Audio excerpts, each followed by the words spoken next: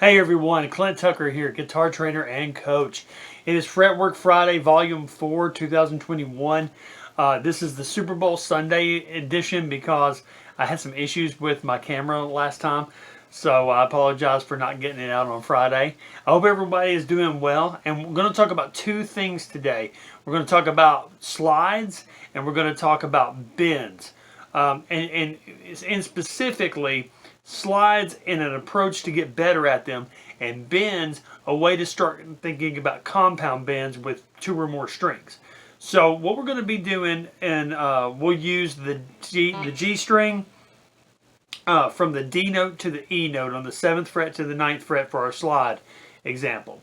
So what you're going to practice is you're going to practice going, instead of over the frets to get to your note, you're going to go through the frets. So when you're playing this, keep this in mind. If you feel like you're doing this and you notice that you're having an issue with that, more than likely you're running into letting go of your string just enough trying to get over those frets that it's not working. So instead, what you want to do is you want to think about going through these frets. All right, imagine these little walls that your finger is going to break right through, right? So you're going to play through the fret.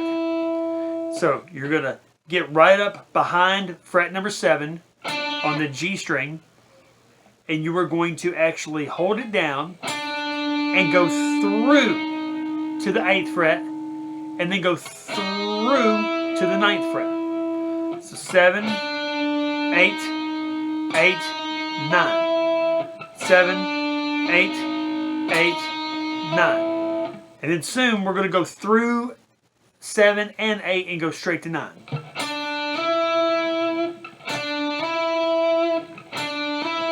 The whole time you're doing this, you don't want your thumb to be pressing on the neck. You want to keep it there for support, but you want it to be very light. Now you press it with your middle finger.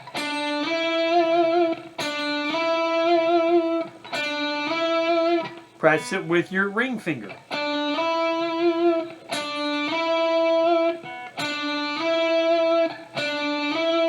Press it with your pinky.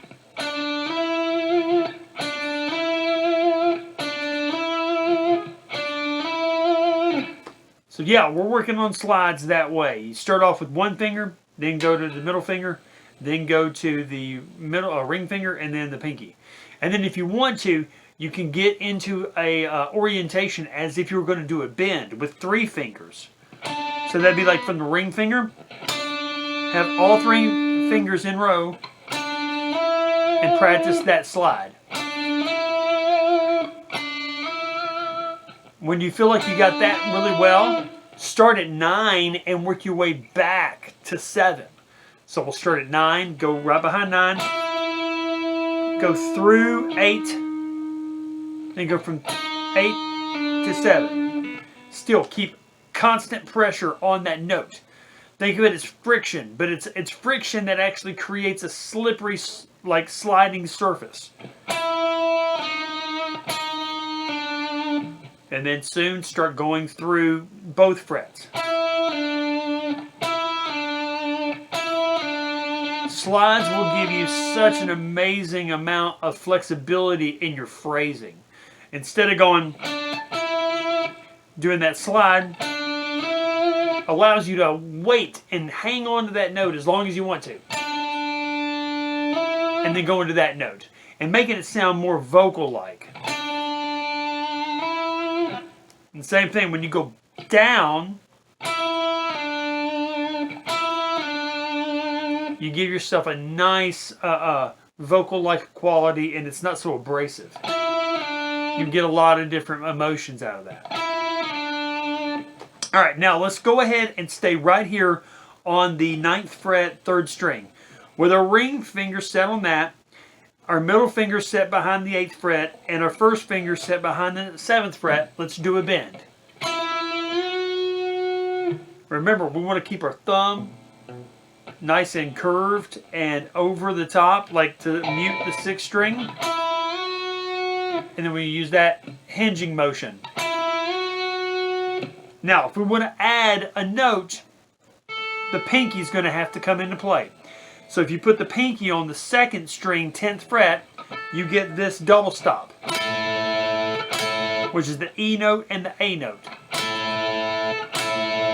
Now what we're going to practice is hitting both of these at the same time and bending up the E to an F sharp.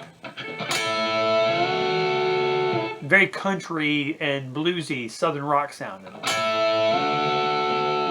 Now we'll keep that thumb up here. You almost can hear it like get in tune and then get out of tune. Too much? Not enough? Just right. It pinches it to sound like this. Now if that's kind of hard, go to the 12th position where the 1st finger is behind the 12th fret.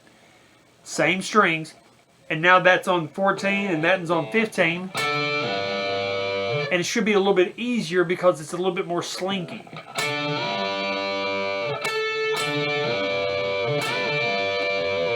You definitely hear this in a lot of southern rock and a lot of blues. Country.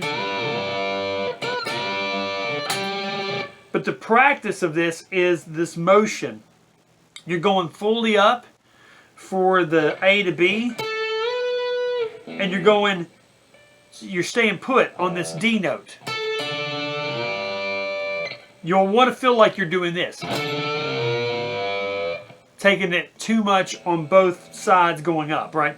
So that 2nd string needs to actually feel like it's going down while this note's going up. And that'll actually create this sense of balance, almost like a seesaw.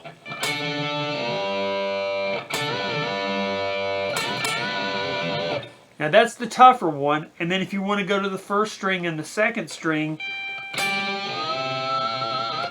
that's going to look like this. Where your ring finger is, your pinky's going to have to get under it and stay on the same fret. So if I'm on 15 on the B string, that pinky's going to have to come underneath on the 1st string on the 15th fret. So what you got to do is practice this. Maybe go ahead and do the bend first.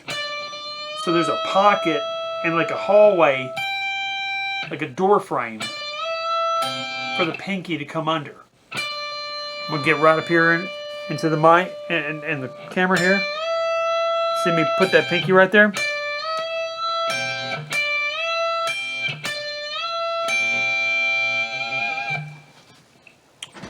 So that becomes really easy the more you get comfortable with just cramming those fingers in.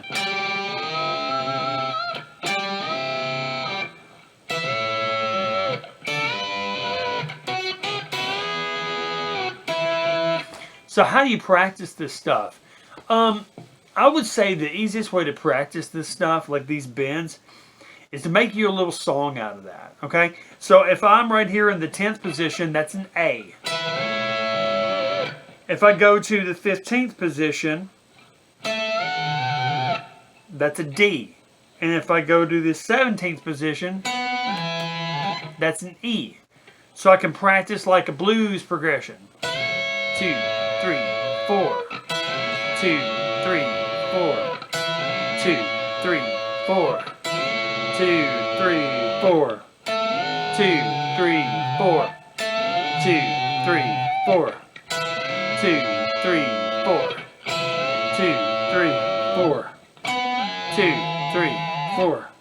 2, 3, 4. 2, 3, 4. 2, 3, 4. 2, 3, 4. And that, when I do something like that and just put it like in a 1-4-5 blues progression, definitely makes it a lot easier for me to hear it in context like a song, and it makes more sense. Okay, so that's all I have for you guys today.